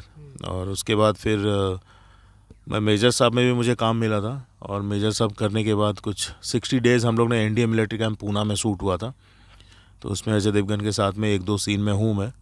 और उसके बाद आने के बाद फिर वो सब चीज़ें ख़त्म हो गया था। फिर अचानक से मुझे सीरियल में टीवी पे काम करने का मौका मिला। और टीवी में जब काम करने का मौका मिला तो राज के साथ में रह के उनके 2 सीरियल में मैंने एक एपिसोड मैंने नेगेटिव रोल प्ले किया था। और उसके बाद फिर मैंने भी ऑडिशन देना चालू कर दिया था राज के साथ में जाके। और कहीं अकेला भी कभी कभी चले जा रहा। फिर धीरे धीरे मुझे सावधान इंडिया, क्राइम पेट्रोल, ये सब से मुझे CID, बालबीर, है ना, ये सब से मुझे फ़ोन आने लग गया। और फिर मैं कंटिन्यू करने गया। तो कुछ 5-6 साल तो मेरा ऐसा था कि मैं कुछ काम नहीं करता था, सिर्फ शूटिंग ही करता था मैं। हाँ, तो वो एक्टर की लाइफ जिया हूँ मैं। और फिर बीच में मैंने UTV के साथ भी काम किया हूँ मैं। UTV में डायरेक्शन में काम किया हूँ मैं। हालांकि एक एक्टर को या तो आपको इंस्टीट्यूट से होना चाहिए, अच्छे इंस्टीट्यूट जैसे NSD वगैरह, तो आपको अच्छा एक्टिंग का नॉलेज मिल जाएगा। और आपको अच्छा NSD national school of drama जो दिल्ली से है। तो जैसे मनोज बाजपेयी जी और अपना इरफान खान साहब, नवाजुद्दीन सिद्दीकी, तो ये सब नेशनल स्कूल ऑफ ड्रामा से ही पास आउट हुए लोग हैं और बड़े दिग्गज एक्टर लोग हैं। क्योंकि नेशनल स्कूल ऑफ ड्रामा में एक बार आप जाने के बाद ना आपको ग्रास रूट लेवल पे आपको सिखाया जाता है कि आपको पर्दे में क्या करना है और आउट ऑफ स्टेज क्या करना है, पर्दे के पीछे भी आपको कैसा रहना है लोगों के साथ। आप देख सकते हैं कि ये सब एक्टर के साथ लोगों का बॉन्डिंग बहुत अच्छा होता है। लोगों से भले 1 सेकंड के लिए भी मिलते तो बहुत अच्छा मिलते हैं इन लोग, क्योंकि इनको हर चीज़ सिखाया जाता है इनको उस स्कूल में। और कुछ चीज़ नेचुरल भी होता है लोगों के अंदर, है ना। तो वहाँ से एक्टिंग लाइफ शुरू हुआ मेरा। और फिर करते गया, फिर डायरेक्शन भी किया 6 साल UTV में रह के। जी। किस तरह का डायरेक्शन करते हैं? डायरेक्शन तो देखिए, मैं TCR लिखा करता था उस टाइम। और डायरेक्शन में क्या होता है, किसी भी फिल्म या सीरियल में क्या होता है, एक डायरेक्टर होता है, उनके नीचे उनका एसोसिएट होता है, और उनके नीचे कम से कम 6 या 7 डायरेक्शन टीम होता है जो असिस्टेंट होता है एक के बाद एक। तो सबसे लास्ट में जो होता है वो होता है TCR लिखने वाला। TCR मीन्स मतलब आपने कितना टेक लिया, कितना ओके सीन है, कितना शॉट ओके है, कितना NG शॉट है, तो वो सब लिखना होता है बेसिकली। हाँ, तो उसको TCR बोलते हैं। अभी तो TCR बंद हो गया लिखना, पहले TCR चलता था। अभी क्यों बंद हो गया? अभी टेक्नोलॉजी बढ़ गया, अभी अच्छे अच्छे चीज़ें हो गया। अभी क्या हो गया, डिजिटलाइज हो गया। अभी जो सीन ओके नहीं है उसको डिलीट मारो, है ना, आगे बढ़ते रहो, है ना। पहले क्या होता था, रोल में शूट होता था, रील होता था, है ना, नेगेटिव में शूट होता था। हालांकि सीरियल हमेशा ही डिजिटल में ही शूट होता था, लेकिन TCR से भी बढ़ के आ गया। अभी टेक्निकली बहुत सारी चीज़ें आ गई अभी, है ना। मतलब तकनीक का विस्तार हुआ और बॉलीवुड में जो है, जो संयंत्र लगते थे उसमें कमी आई है। जो पुराने जो मशीन थे सब, हाँ, मशीन तो अभी ज़्यादा हो गया। अच्छा। मशीन अभी ज़्यादा हो गया, पहले कम हुआ करते थे, अभी मशीन ज़्यादा हो गया। पहले लोग ज़्यादा होते थे, पहले लोग ज़्यादा होते थे, भीड़ होती थी, भीड़ होती थी, ठीक है। जब कहीं शूटिंग होता था तो लगता था कि हाँ, अभी क्या देखिए, पहले शूटिंग होता था, एक नेचुरल चीज़ होता था। अगर ज़मीन का, गांव का, अगर खेत का लिया जाए तो किसी भी गांव में आके शूटिंग होता था, ठीक है। अभी भी होता है, लेकिन अभी ज़्यादातर क्या हो गया, क्रोमा सिस्टम हो गया। एक बड़ा सा हॉल ले लो, उसके पीछे ग्रीन पर्दा चिपका दो, आप उसी के ऊपर कर दो, और पीछे लंदन दिखा दो या पीछे कोई भी खेत या गाँव दिखा दो, क्रोमा में सब हो जाता है अभी। तो लोग टेक्निकली लोग बहुत कम हो गए अभी। मतलब यही है कि फिल्मों में अभी रियलिटी कम है, जो सीन्स हैं वो नेचुरल ज़्यादातर नहीं है। एक्टिंग नेचुरल है लेकिन सीन सब नेचुरल नहीं है। हाँ, कह सकते हैं, क्योंकि देखिए क्रोमा में काम होता है। हाँ, क्रोमा में बहुत सारे फिल्में क्रोमा में होता है। जैसे गाड़ी का चेजिंग होता है, फाइट होता है, सीक्वेंस होता है, आदमी ऊपर से कूद रहा है, कैसे कूद रहा है, वो सब क्रोमा से ही होता है वो सब। और हाँ कह सकते हैं क्रोमा सिस्टम होता है सब। तो आप कौन कौन सा सीरियल था और कितने सीरियलों में लगभग काम किया? मैंने अभी तक कम से कम 250 से ज़्यादा सीरियल में काम किया हूँ, मतलब एपिसोड 250 से ज़्यादा एपिसोड किया हूँ मैंने, जिसमें से सावधान इंडिया कम से कम 50 एपिसोड किया हूँ मैंने। 40 से 50 एपिसोड होगा। क्राइम पेट्रोल कम से कम 25 से 30 एपिसोड क्राइम पेट्रोल किया हूँ। CID कुछ 5-6 एपिसोड किया हूँ। बालवीर किया हूँ कई बार मैंने। रिपीट आता था मैं, मतलब एक एपिसोड में मैं कुछ और बन के आता था, दूसरे एपिसोड में कुछ और बन के आता था। ऐसा होता था, रिपीट होता था, मुझे दूसरे एपिसोड में रिपीट किया जाता था। तो ये जो ये एक्टिंग करते थे, मान लीजिए कल एक्टिंग करना है, आज आपको पता है, तो क्या करते थे? इससे पहले रिहर्सल करना पड़ता था, डायलॉग याद करना पड़ता था, वो होता कैसे कर लेते थे?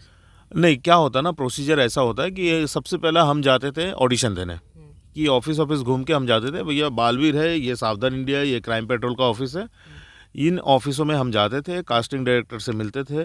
पहले रिसेप्शन में जाके रिसेप्शनिस्ट से मिलते थे, उनसे पूछते थे भाई कास्टिंग चल रहा है क्या? वो बोल देते थे हाँ चल रहा है। ऑडिशन दे दूं क्या? वो कभी कभी बोलते थे नहीं अभी ऑडिशन नहीं चल रहा है, फिर कभी आके देना। कभी कभी कास्टिंग डायरेक्टर मिल जाते थे, सर ऑडिशन ले लीजिए, सर ऑडिशन देने आया हूँ। कभी कभी हमें भेज दिया जाता था कि नहीं अभी ऑडिशन नहीं चल रहा, भाई अगले महीने में आना। कुछ कुछ जगह पे बोलता था हाँ भाई ऑडिशन दे दो।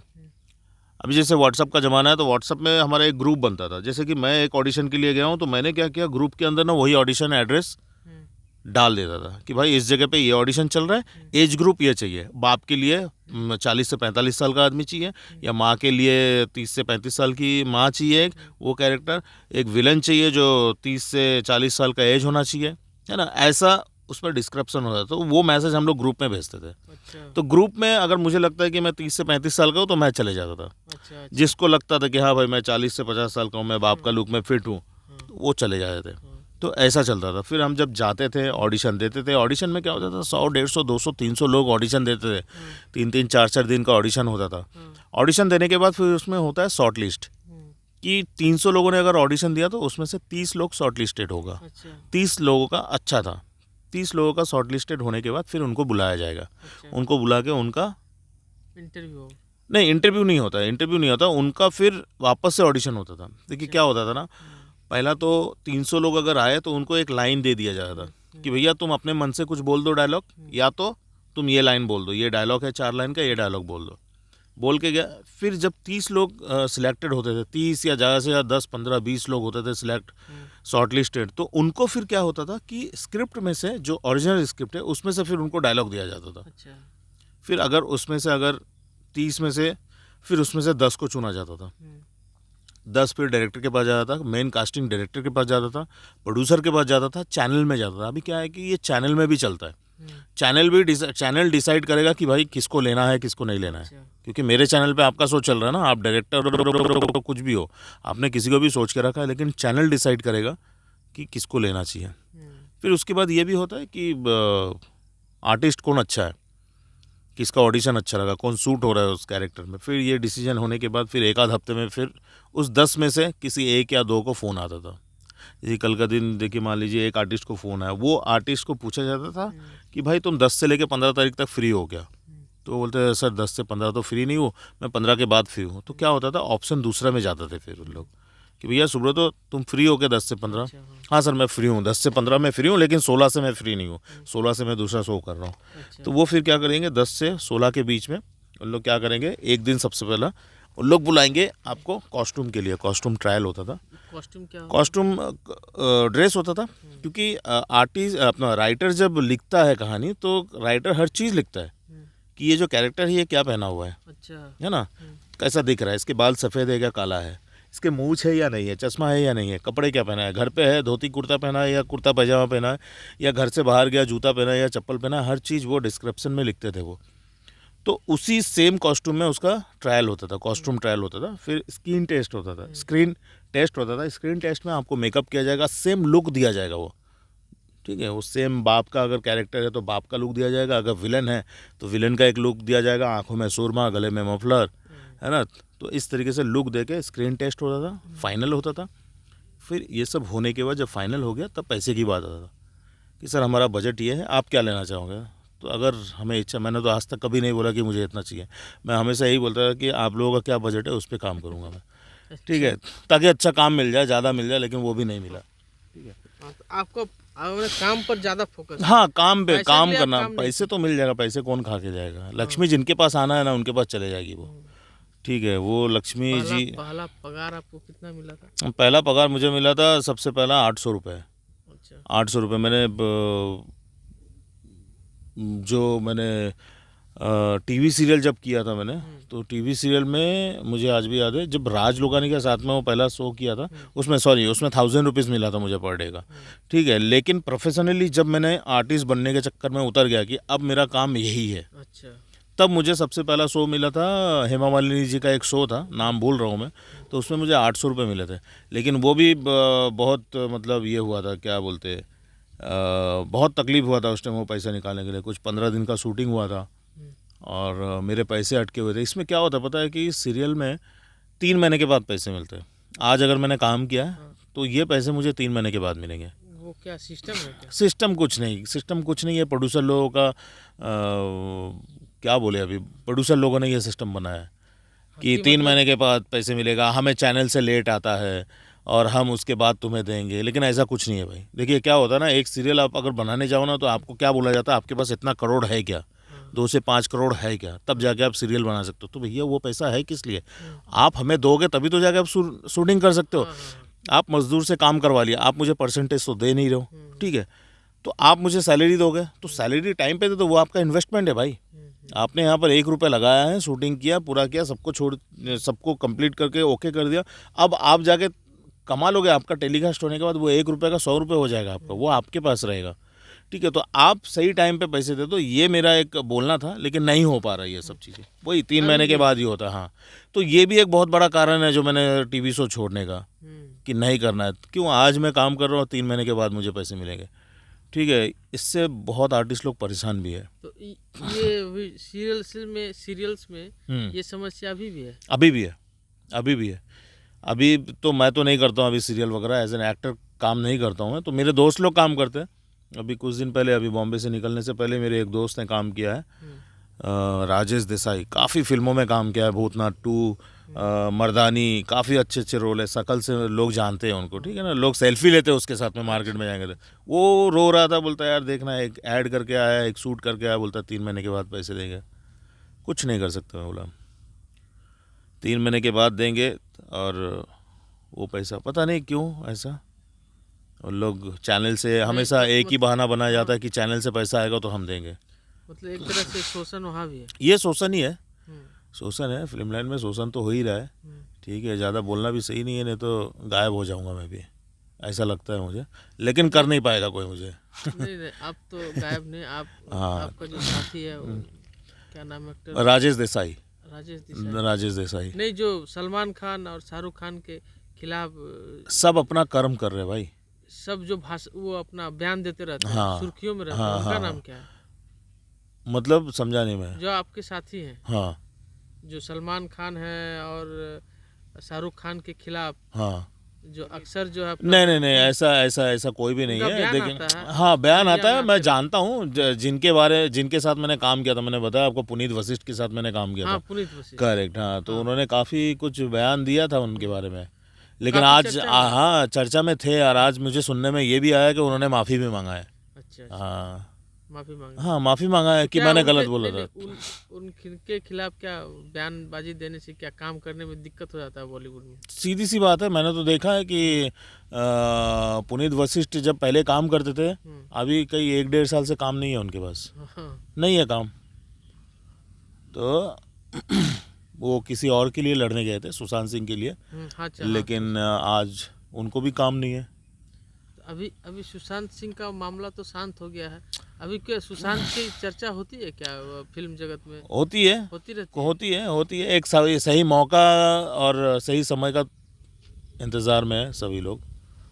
देखिए न्याय तो होगा, उसका न्याय कहाँ, बिल्कुल होगा, यहीं पर होगा, यहीं होगा, इसकी चर्चा होती बिल्कुल होगा, होती है। कुछ चीज़ें हाइड है, कुछ चीज़ें दिख रहा है, लेकिन होगा, जरूर होगा। अगर देखिए हम जो सनातनी धर्म वाले होते हैं ना, ये विश्वास करते हैं समय को, समय पे सब कुछ चलता है ना, हर चीज़ समय से चलता है, तो समय पे ही सब कुछ होता है। हम चाहे कितने भी कुछ भी कर लें, समय पे ही होता है। लेकिन हाँ, जो हमने दृढ़ निश्चय कर लेते हैं उस पर अटल रहना है।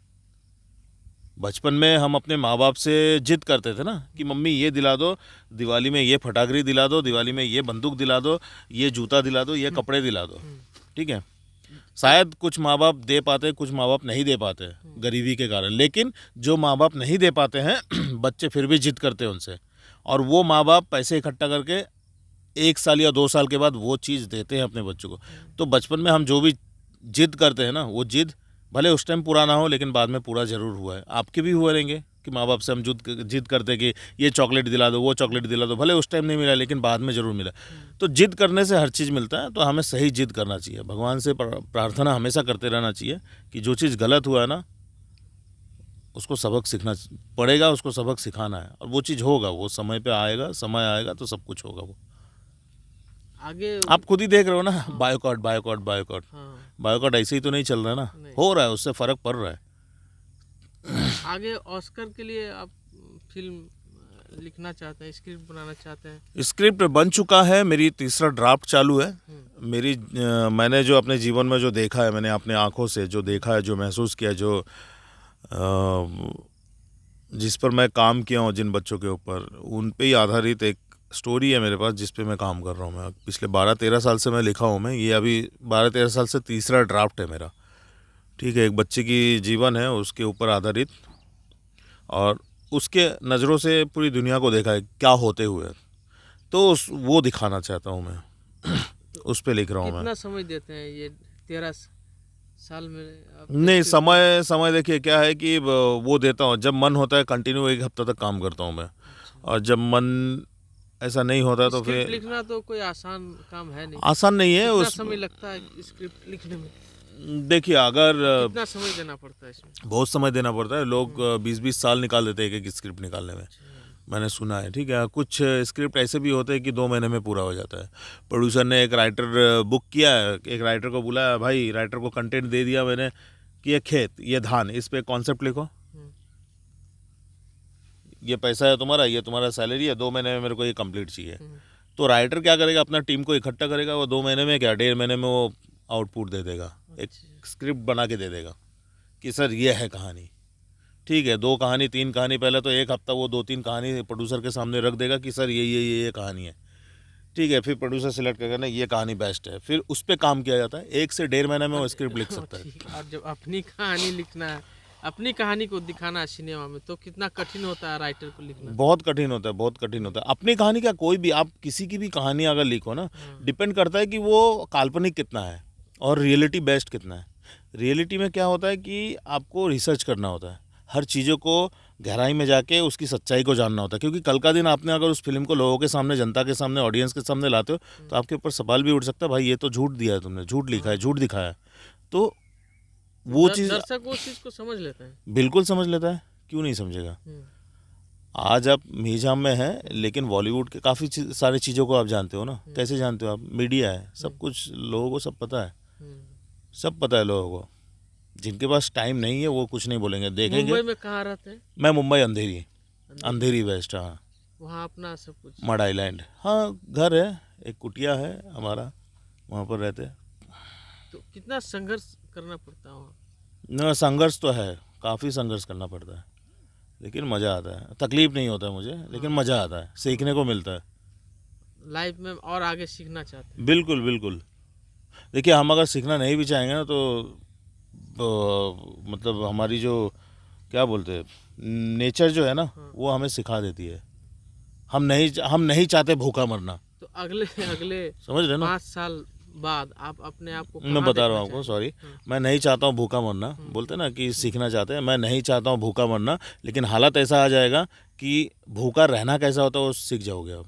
कि हाँ यार, पानी पी लेता हूँ, खाना नहीं है तो क्या करें। लेकिन कोई आदमी नहीं चाहता कि मैं भूखा रहूँ, है ना। लेकिन हालात उसे, हाँ, सीख जाता है आदमी अपने आप। सीखना पड़ता है, वो सीखना पड़ता है, सीख जाता है अपने आप, ऑटोमेटिकली सीख जाता है। उसको कुछ पाना है तो सीखना पड़ेगा। बिल्कुल, कुछ पाना नहीं भी है ना, तब भी भाई आपको उससे रूबरू होना ही पड़ेगा आपको। आप जिस चीज़ से ज़्यादा दूर जाओगे ना, वो चीज़ खुदरत जो है आपको लेके जाएगी उस जगह पे कि घमंड ना कर, मैं हूँ सबसे आगे, तुझे करना है। और शायद मेरे को इसलिए चुना गया था।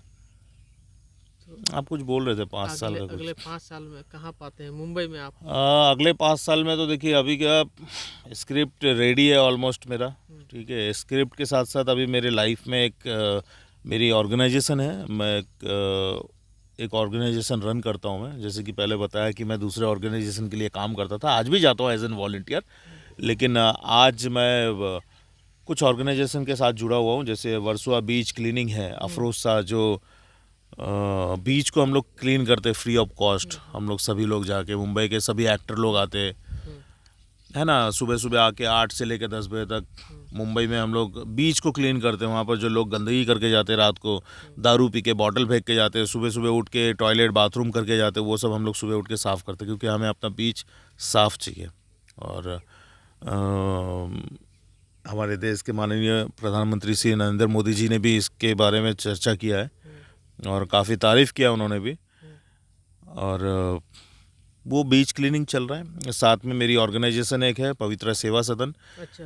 तो उस पर भी हम काम कर रहे हैं। पवित्रा सेवा सदन के साथ में एक ऑर्गेनाइजेशन और है, उरा फाउंडेशन, जो कि मेरी वाइफ ने स्टार्ट किया है।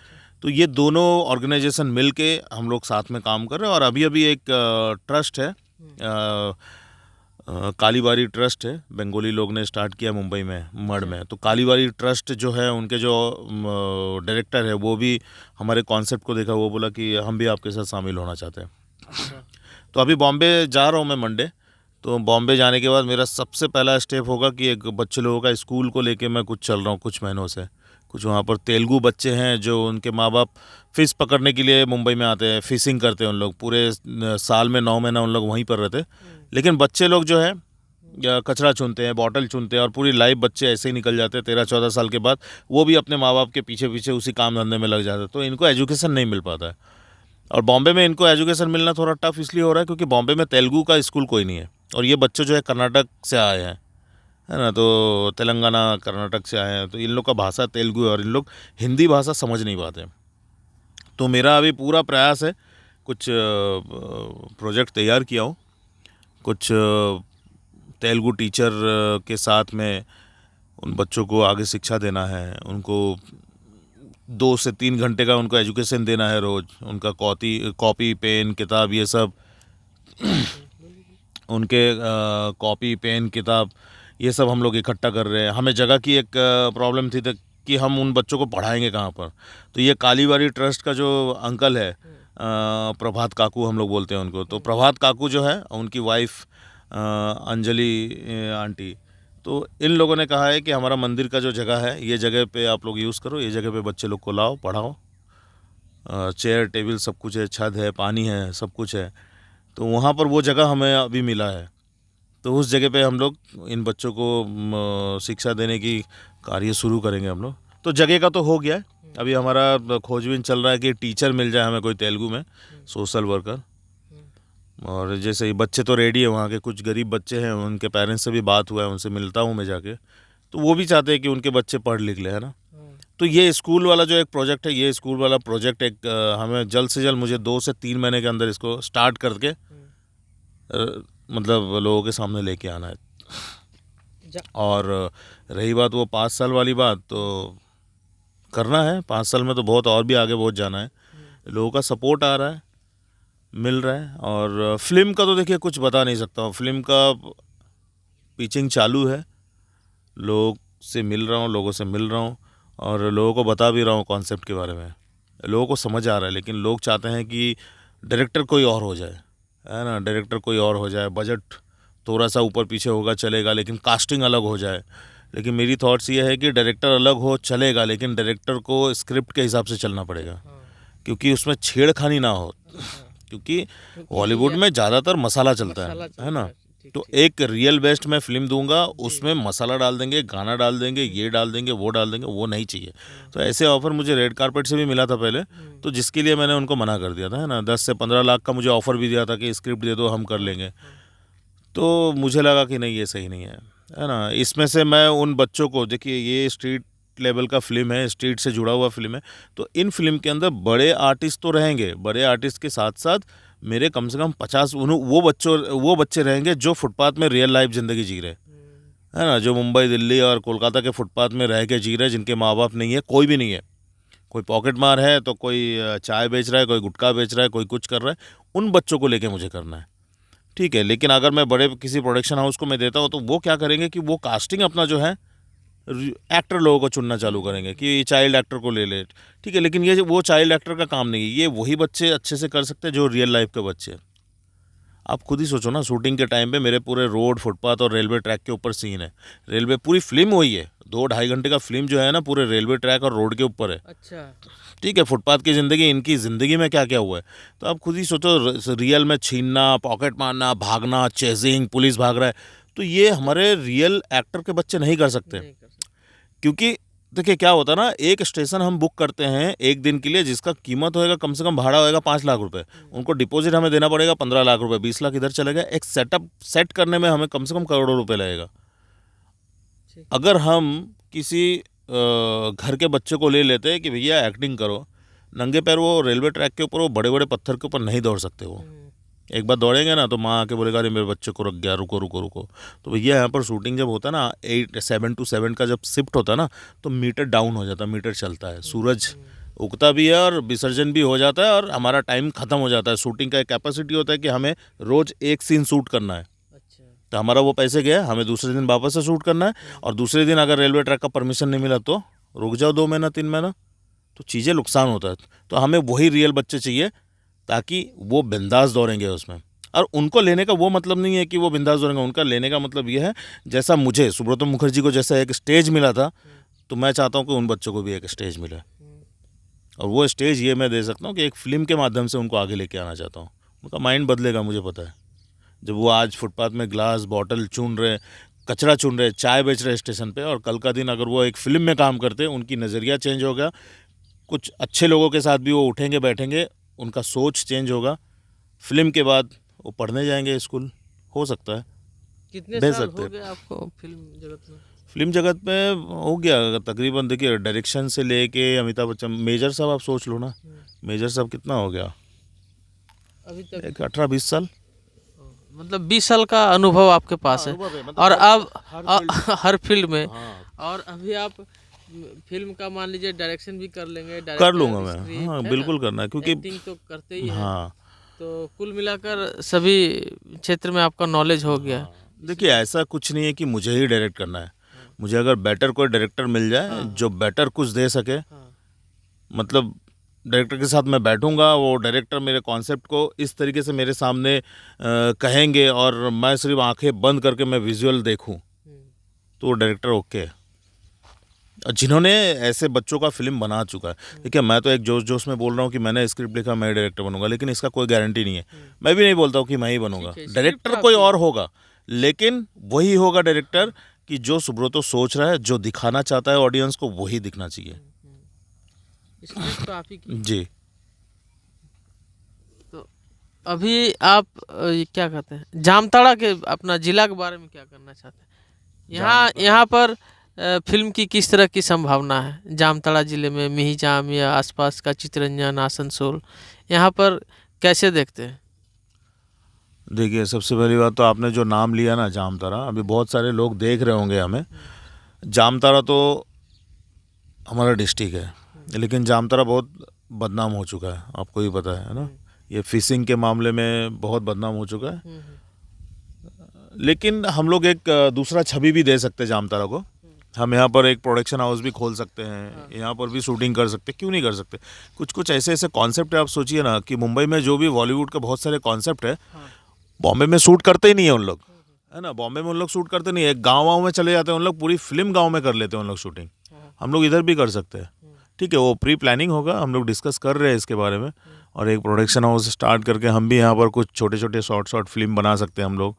जो जामताड़ा का नाम खराब हुआ है, उस नाम को हम लोग फिर से आगे बढ़ा सकते हैं हम लोग। हो गया, हुआ। हाँ, तो सुब्रतो जी, आगे और कुछ आपको बॉलीवुड के संपर्क में? अच्छा, जो लोग नए नए एक्टिंग के क्षेत्र में आना चाहते हैं, जो लोग मीजाम इस क्षेत्र के युवा एक्टिंग करना चाहते हैं, क्या करना पड़ेगा? देखिए, एक्टिंग के लिए सबसे पहली बात तो एक्टिंग आना चाहिए उनको। अगर नहीं आता है तो सीखना चाहिए। अपने डिक्शन के ऊपर काम करना चाहिए, है ना। और क्लासेस होता है, क्लासेस ज्वाइन करना चाहिए। जैसे कि हम लोग अभी जो प्लानिंग कर रहे हैं शॉर्ट मूवी की, तो उसमें आना चाहिए उन लोग आके मिलना चाहिए उन लोग। तो उन लोग आएंगे, बताएंगे, जो हमें आता है वो चीज़ दिखाएंगे, हम उनको सिखाएंगे। एक्टिंग तो नेचुरल भी होता है, नेचुरल एक्टिंग ही होता है। हाँ। नेचुरल एक्टिंग ही होता है और सबके अंदर वो चीज़ है। हाँ। लेकिन उसे निकालना कैसे चाहिए वो सबको पता नहीं होता है ना। तो हमारा प्लानिंग है कि यहाँ पर अगर हम लोग कोई भी फिल्म का शूट कर रहे हैं तो उससे पहले हम एक अच्छा टीचर बुलाएंगे हम।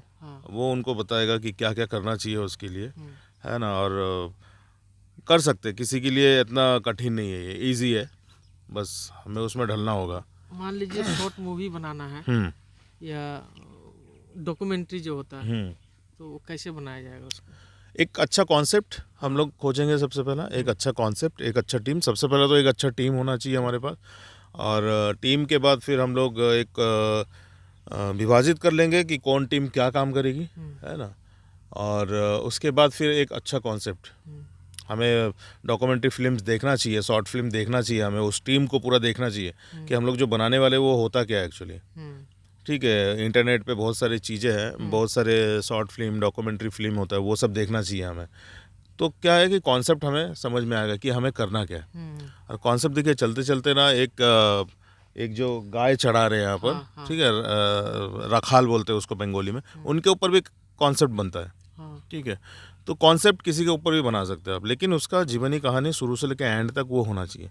क्या कर रहा है वो रोज़मर्रा की ज़िंदगी में, वो किस तरीके से अपने आप को लेके चल रहा है, वो होता है। डॉक्यूमेंट्री बोलो तो एक इंसान, मतलब क्या बोल रहा हूँ, रियल बेस्ट, मतलब रियल ज़िंदगी में क्या हो रहा है एक इंसान के साथ में, समाज में क्या हो रहा है, क्या गलत हो रहा है, क्या सही हो रहा है, दोनों चीज़ आप डॉक्यूमेंट्री में दिखा सकते हो आप। वो कितना टाइमिंग, कितने देर का होता है? डॉक्यूमेंट्री डिपेंड करता है, आप 1 मिनट का भी बना सकते हैं आप। अच्छा, ठीक है, शॉर्ट फिल्म 1 मिनट का भी बना सकते हैं। डॉक्यूमेंट्री थोड़ा बड़ा बनेगा, डॉक्यूमेंट्री में आप शुरू से लेकर एंड तक बताओगे। ठीक है, शॉर्ट फिल्म जो होता है वो 1 मिनट का भी हो सकता है, 2 मिनट का भी हो सकता है, 3 हो सकता है, 5 हो सकता है, 10 मिनट का भी हो सकता है, 15 मिनट का भी हो सकता है शॉर्ट फिल्म। डॉक्यूमेंट्री बेसिकली किसी का जीवनी पर होता है? जीवनी पर होता है, हाँ करेक्ट, किसी हकीकत के ऊपर होता है। अच्छा, हाँ, उसको काल्पनिक नहीं कर सकते हम। सब्जेक्ट वो हकीकत होना। करेक्ट, सब्जेक्ट जो है वो हकीकत, रियल होना चाहिए। शॉर्ट फिल्म तो हम काल्पनिक भी कर सकते हैं, बड़ी बड़ी फिल्म जो बनती है वो भी काल्पनिक होता है। डॉक्यूमेंट्री आप काल्पनिक कैसे करोगे आप? डॉक्यूमेंट्री आप किसी असलियत कहानी के ऊपर आप बनाना चाहते हो ना। अभी क्या योजना है और कुछ? बस वही है, फिल्म बनानी है। और हमारा और क्या करते हैं आप? सब कुछ बता दिए कि एनजीओ से जुड़े हैं, एक्टिंग में हैं, जुड़े हुए हैं जी। और क्या हॉबी क्या है? हॉबी क्या है? वाटर स्पोर्ट्स है, वाटर स्पोर्ट्स करता हूँ मैं, और घूमना फिरना पसंद है। हाँ। घूमता फिरता हूँ। बाकी फोकस तो देखिए 2 ही चीज़ों में है। ठीक है, फोकस 2 ही चीज़ों में है कि हमारी पवित्रा सेवा सदन के थ्रू इन जो फुटपाथ में जो बच्चे हैं इनकी लाइफ को आगे करना है। दूसरा उसी में जुड़ा हुआ ओल्ड एज होम। ठीक है, हमारे पास एक प्लान है कि अभी तक हमने शेल्टर होम देखा है जहाँ पर बच्चों को रखा जाता है, एक ओल्ड एज होम होता है। ठीक है, लेकिन हम जो बनाने वाले हैं वो दोनों साथ में होगा।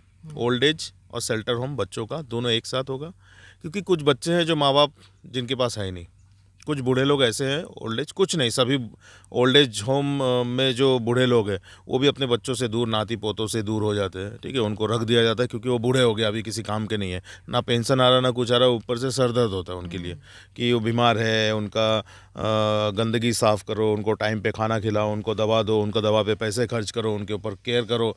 तो ये सब चीज़ों में लोगों के पैसे वेस्ट होते हैं, ऐसा उनको लगता है। तो इसलिए उनको क्या करते हैं, थोड़े बहुत पैसे दे के अनाथ आश्रम में डाल देते हैं, उनको वृद्धाश्रम में डाल देते हैं उनको। तो हमारा जो प्रोजेक्ट है ना, पवित्रा सेवा सदन और उरा फाउंडेशन का जो प्रोजेक्ट है, हम लोग ने ऐसा प्लान किया है कि एक होम ऐसा रहेगा जहाँ पर ओल्ड एज और बच्चे सब साथ में रहेंगे, सोएंगे अलग, रहेंगे अलग, लेकिन बाकी टाइम खाना पीना रहना खेलना कूदना सब साथ में होगा, एक ही कंपाउंड के अंदर, ताकि क्या बच्चों को भी एक सीनियर पर्सन का केयर मिल जाए उनसे। देखिए क्या होता है कि सिंगल आप हमेशा देखिए कि एक माँ बाप अपने बच्चों के साथ शहर में रहता है और एक माँ बाप अपने माँ बाप के साथ बच्चों के साथ, यानी कि बच्चे अपना नाना नानी दादा दादी के साथ रहते हैं, वो बच्चे ज़्यादा शिक्षित होता है, ज़्यादा रिस्पेक्टफुल होता है।